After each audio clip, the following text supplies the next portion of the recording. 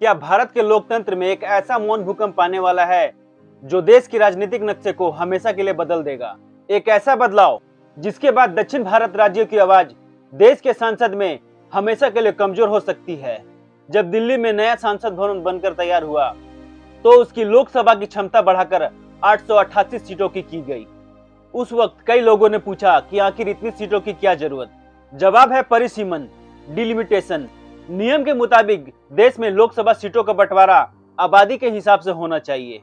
लेकिन यहां से शुरू होता है भारत के इतिहास का सबसे बड़ा विवाद।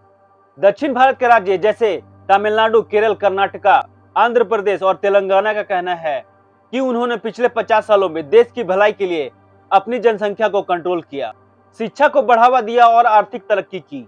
लेकिन अब उन्हें इसी देशभक्ति की सजा मिलने वाली है, क्योंकि अगर आबादी के हिसाब से सीटें बटी तो उत्तर भारत के राज्य जैसे यूपी, बिहार, मध्य प्रदेश अकेले मिलकर पूरे देश की सरकार तय करेंगे और दक्षिण भारत सिर्फ मुखदर्शक बनकर रह जाएगा। आज के इस वीडियो में हम किसी राजनीतिक या प्रोपेगेंडा की बात नहीं करेंगे। हम आंकड़ों और संविधान के आईने में इस महाविवाद का बिल्कुल निष्पक्ष विश्लेषण करेंगे। आज हम जानेंगे आखिर ये परिसीमन, डिलिमिटेशन क्या बला है और इसे साल 2026 में होना क्यों जरूरी माना जा रहा है। क्या वाकई दक्षिण भारत को नुकसान होगा? आंकड़ों के इस खेल में किसे कितनी सीटें मिलेंगी? सिर्फ राजनीतिक नहीं, पैसे का भी है विवाद। कैसे दक्षिण भारत के 100 के टैक्स के बदले सिर्फ उन्हें 30 मिलते हैं, जबकि उत्तर भारत राज्य को 200 से ज्यादा? और सबसे बड़ा सवाल, इस राष्ट्रीय संकट का समाधान क्या है? क्या भारत किसी राज्य के साथ अन्याय किए इस चुनौती को पार कर सकता है? ये वीडियो देश के हर नागरिक को देखना जरूरी है, क्योंकि ये हमारे देश के भविष्य और एकता का सवाल है। अंत तक बने रहिए, क्योंकि आज सच के हर पहलू से पर्दा उठेगा। पहले समझते हैं परिसीमन क्या है, इसका इतिहास क्या है। इस विवाद को समझने के लिए सबसे पहले हमें कानून और संविधान को समझना होगा। हमारे संविधान का आर्टिकल 81 कहता है कि पूरे देश में लोकसभा सीटों का आवंटन इस तरह होना चाहिए कि हर सीट पर आबादी का अनुपात लगभग बराबर हो, यानी एक सांसद उतनी ही आबादी का प्रतिनिधित्व करे जितनी आबादी का प्रतिनिधित्व दूसरा सांसद कर रहा। वहीं आर्टिकल 82 के तहत हर जनगणना के बाद एक परिसीमन आयोग बनाना होता है, जो आबादी के नए आंकड़ों के हिसाब से लोकसभा, विधानसभा सीटों की सीमाएं दोबारा तय करता है। अब आप सोच रहे होंगे कि यह संवैधानिक नियम है तो इस पे विवाद क्यों है? इसके लिए हमें इतिहास के पन्ने को पलटना होगा। साल 1970 में सब कुछ ठीक चल रहा था। हर 10 साल में जनगणना होती थी और सीटें बदलती थी। लेकिन 1970 के दशक में भारत सरकार ने महसूस किया कि देश की आबादी बहुत तेजी से बढ़ रही है और इसे नियंत्रित करना बहुत जरूरी है। सरकार ने हम दो हमारे दो का नारा दिया और राष्ट्रीय जनसंख्या नीति लागू की। इस दौरान विशेष रूप से 1975 से 77 के आपातकाल के समय सरकार ने नसबंदी जैसे सख्त और अनिवार्य उपाय लागू किए, जिसका जनता में गहरा आक्रोश देखने को मिला। अब हुआ ये, दक्षिण भारत के राज्यों ने इस नीति को बहुत गंभीरता से लिया। वहां की सरकारों ने शिक्षा, स्वास्थ्य और महिला सशक्तिकरण पर काम किया, जिससे उनकी जनसंख्या वृद्धि दर बहुत तेजी से नीचे गई। दूसरी ओर उत्तर भारत के राज्य सामाजिक और आर्थिक पिछड़ेपन के कारण आबादी को उस गति से नहीं रोक पाए। जब 1976 में इंदिरा गांधी की सरकार ने देखा कि आबादी कंट्रोल करने वाले राज्यों की सीटें कम होने का खतरा पैदा हो गया है, तो उन्होंने 42वां संविधान संशोधन किया। इसके तहत लोकसभा सीटों की संख्या को अगले 25 साल के लिए यानी 2001 तक के लिए फ्रीज कर दिया गया और आधार वर्ष माना गया 1971 की जनसंख्या को। यानी किसी राज्य की आबादी कितनी भी बढ़ जाए या घट जाए, संसद में उनकी सीटें 1971 की आबादी के हिसाब से रहेगी। साल 2001 आया, अटल बिहारी वाजपेयी जी की सरकार थी। तब भी ये समस्या जस की तस थी। उत्तर और दक्षिण के बीच आबादी का अंतर और बढ़ गया। राज्यों के बीच तनाव ना बढ़े, इसलिए संसद में 83वां संविधान संशोधन पास किया और इस रोक को अगले 25 सालों के लिए और बढ़ा दिया, यानी 2026 तक के लिए। और दोस्तों, आज हम ठीक उसी 2026 में खड़े हैं। इस साल ये 25 साल की कानूनी पाबंदी खत्म हो रही है। अब सरकार के सामने ये संवैधानिक मजबूरी और जिम्मेदारी है कि वो अगली जनगणना के बाद सीटों का नया निर्धारण करे। लेकिन 1971 के बाद आज तक का जो डेमोग्राफिक चेंज है वो डराने वाला है। आइए अब सीधे आंकड़ों पर बात करते हैं। अगर साल 2026 के जनगणना के आधार पर परिसीमन होता है और लोकसभा की सीटें बढ़कर 848 या 888 हो जाती हैं, तो देश की राजनीतिक में कैसा भूचाल आएगा। दिल्ली के think tank centre for policy research और प्रमुख जनसंख्या विशेषज्ञों के अनुमान के मुताबिक राज्यों की सीटें कुछ इस तरह हो सकती है। इस टेबल को बहुत ध्यान से देखिए। उत्तर प्रदेश 80 सीटों से बढ़कर 143 मतलब 63 सीटों की बढ़त। बिहार 40 सीटों से बढ़कर 79 यानी 39 सीटों की बढ़त। मध्य प्रदेश 29 सीटों से बढ़कर 52 सीट यानी 23 सीटों की बढ़त। राजस्थान 25 से 50 यानी 25 सीटों की बढ़त। तमिलनाडु 39 से 49 यानी 10 सीटों की बढ़त। केरल के पास आज 20 सीट है, कल भी 20 ही रहेगी मतलब 0 बढ़त। आंध्र प्रदेश प्लस तेलंगाना 42 से 54 सीट यानी 12 सीटों की बढ़त। कर्नाटक 28 से 41 यानी 13 सीटों की बढ़त। उत्तर प्रदेश की सीटें 80 से बढ़कर सीधे 143 होने का अनुमान है। बिहार की सीटें 40 से बढ़कर सीधे 79 हो सकती है, यानी सिर्फ यूपी और बिहार को मिलाकर 222 सीट हो सकती है।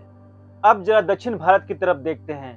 केरल, जिसने अपनी आबादी को बहुत ही शानदार तरीके से कंट्रोल किया, उसकी सीटें 20 की 20 रह सकती हैं। कुछ अनुमान के मुताबिक उसमें गिरावट भी आ सकती है। तमिलनाडु की सीटें सिर्फ 10 बढ़कर 49 होगी। अगर हम इसे कुल हिस्सेदारी के हिसाब से समझें तो खेल और भी साफ हो जाता है। 1971 में कुल सांसद में दक्षिण भारत के 5 राज्यों की हिस्सेदारी 22% थी, लेकिन नए परिसीमन के बाद उसकी हिस्सेदारी 16 से 17% घटकर रह जाएगी। इसके विपरीत उत्तर भारत के सिर्फ 4-5 हिंदी भाषी राज्य यूपी, बिहार, मध्य प्रदेश, राजस्थान की हिस्सेदारी बढ़कर 40% से ज्यादा हो जाएगी। इसका सीधा और कड़वा मतलब क्या है? इसका मतलब यह है कि भविष्य में किसी भी राजनीतिक दल को केंद्र में पूर्ण बहुमत की सरकार बनाने के लिए दक्षिण भारत के एक भी राज्य में चुनाव प्रचार करने या वहां की जनता को रिझाने की जरूरत नहीं पड़ेगी। वो सिर्फ हिंदी बेल्ट को जीतकर पूरे देश पर हुकूमत कर सकते हैं। दक्षिण भारत के नेताओं की यही सबसे बड़ी और जायज चिंता है। यह विवाद सिर्फ राजनीतिक ताकत तक नहीं है, इसके पीछे एक बहुत बड़ा आर्थिक एंगल भी है, जिसे फाइनेंशियल फेडरलिज्म या वित्तीय संघवाद कहते हैं। दक्षिण भारत राज्यों का तर्क है कि वे न केवल आबादी को कंट्रोल करने में आगे हैं, बल्कि देश की अर्थव्यवस्था को चलाने में भी उनका योगदान बहुत बड़ा है। भारत के जीडीपी में दक्षिण भारत के सिर्फ 5 राज्यों का योगदान 30% से ज्यादा है। देश के डायरेक्ट टैक्स और जीएसटी कलेक्शन में भी उनका हिस्सा बहुत बड़ा है। लेकिन जब वित्त आयोग इन पैसों को राज्य के बीच वापस बांटता है तो वहां एक अलग ही कहानी देखने को मिलती है। अगर हम आंकड़ों को देखें तो तमिलनाडु केंद्र सरकार को डायरेक्ट या इनडायरेक्ट टैक्स के रूप में जो हर 100 रुपए देता है, उसके बदले उसे विकास कार्यों के लिए केंद्र से वापस सिर्फ 30 से 35 रुपए मिलते हैं। कर्नाटक को 100 रुपए के बदले लगभग 26 रुपए मिलते हैं। बिहार केंद्र को जो 100 रुपए देता है, उसके बदले उसे 200 से 250 रुपए वापस मिलते हैं। उत्तर प्रदेश को 100 रुपए के बदले लगभग 170 से 80 रुपए मिलते हैं। वित्त आयोग का यह नियम है कि जो राज्य गरीब है, पिछड़े हैं और जहां आबादी ज्यादा है, उन्हें विकास के लिए ज्यादा फंड दिया जाए ताकि देश में समानता आए। यह सिद्धांत रूप में सही भी है, क्योंकि भारत एक परिवार है। मजबूत भाई को कमजोर भाई की मदद करनी ही चाहिए। लेकिन दक्षिण भारत के राज्यों का कहना है कि राजनीतिक ताकत भी हमसे छीन ली जाएगी और हमारे टैक्स का पैसा भी उन राज्यों को दे दिया जाएगा जो अपनी आबादी और गवर्नेंस को सुधारने में नाकाम रहे हैं। तो ये हमारे साथ सरासर डबल इनजस्टिस है। तमिलनाडु के मुख्यमंत्री और दक्षिण के कई बड़े नेता खुलेआम अपनी इस पर विरोध दर्ज करवा चुके हैं। लेकिन दोस्तों, जैसा हम हमेशा कहते हैं, सिक्के के 2 पहलू होते हैं। अगर दक्षिण भारत की चिंताएं अपनी जगह बिल्कुल सही हैं, तो उत्तर भारत और परिसीमन के समर्थकों का भी बहुत संवैधानिक तर्क है। आइए अब उनके नजरिए को भी समझते हैं। लोकतंत्र का सबसे पहला और बुनियादी सिद्धांत क्या है? 1 पर्सन 1 वोट 1 वैल्यू, यानी हर नागरिक के वोट की कीमत बराबर होनी चाहिए। आज जमीनी हकीकत यह है कि उत्तर प्रदेश में लोकसभा सांसद लगभग 30 से 35 लाख लोगों की आबादी का प्रतिनिधित्व करता है। वहीं केरल या तमिलनाडु में एक सांसद केवल 15 से 18 लाख लोगों की आबादी का प्रतिनिधित्व करता है। इसका मतलब यह हुआ कि दक्षिण भारत के एक नागरिक के वोट की वैल्यू उत्तर भारत के एक नागरिक के वोट की तुलना में लगभग 2 गुनी हो चुकी है। क्या ये लोकतंत्र के समानता के अधिकार का उल्लंघन नहीं है? दूसरा तर्क ये है कि उत्तर भारत के नागरिकों की क्या गलती है। अगर वहां की सरकारों ने दशकों तक सही नीतियां नहीं बनाई, शिक्षा और बुनियादी ढांचे पर ध्यान नहीं दिया, तो इसकी सजा वहां की गरीब जनता को क्यों मिलनी चाहिए? क्या उन्हें संसद में पर्याप्त प्रतिनिधित्व न देकर उनके लोकतांत्रिक अधिकार को दबा देना सही होगा? अगर हम सीटों को हमेशा के लिए 1971 की आबादी पर फ्रीज रखेंगे, तो हम देश के एक बहुत बड़े हिस्से को संसद में उनकी वास्तविक आबादी के हक से वंचित कर देंगे। ये भी भारतीय संघवाद के लिए बहुत बड़ा खतरा बन सकता है। इसलिए परिसीमन को हमेशा के लिए टालना अस्थायी समाधान नहीं है। तो फिर रास्ता क्या है? एक तरफ कुआं, दूसरी तरफ खाई। अगर परिसीमन होता है तो दक्षिण भारत नाराज होता है, अगर नहीं होता है तो उत्तर भारत के लोकतांत्रिक अधिकार का हनन होता है। क्या भारत के पास इस राष्ट्रीय संकट का कोई समाधान है? दुनिया के बड़े राजनीतिक वैज्ञानिकों और नीति विशेषज्ञों ने इसके कुछ बेहद व्यवहारिक समाधान सुझाए हैं, जिन पर सरकार विचार कर सकती है। पहला, अमेरिकी मॉडल। अमेरिका में भी ये समस्या थी। वहां संविधान ये निकाला गया कि जो निचला सदन है वहां सीटें आबादी के हिसाब से तय होती है, जिससे बड़े राज्यों को फायदा मिलता है। लेकिन जो ऊपरी सदन है वहां हर राज्य को बराबर सीटें दी गई हैं, चाहे राज्य छोटा हो या बड़ा, जहां सभी राज्यों को समान या संतुलित सीटें दी गई हैं, ताकि कोई भी बड़ा राज्य छोटे राज्यों पर हावी ना हो सके। दूसरा समाधान, सीटों की संख्या बढ़ाना। कुछ विशेषज्ञों का मानना है कि लोकसभा सीटों की संख्या तो बढ़ाई जाए, लेकिन राज्यों के बीच जो सीटों का जो मौजूदा अनुपात है उसे कुछ समय के लिए और सुरक्षित रखा जाए।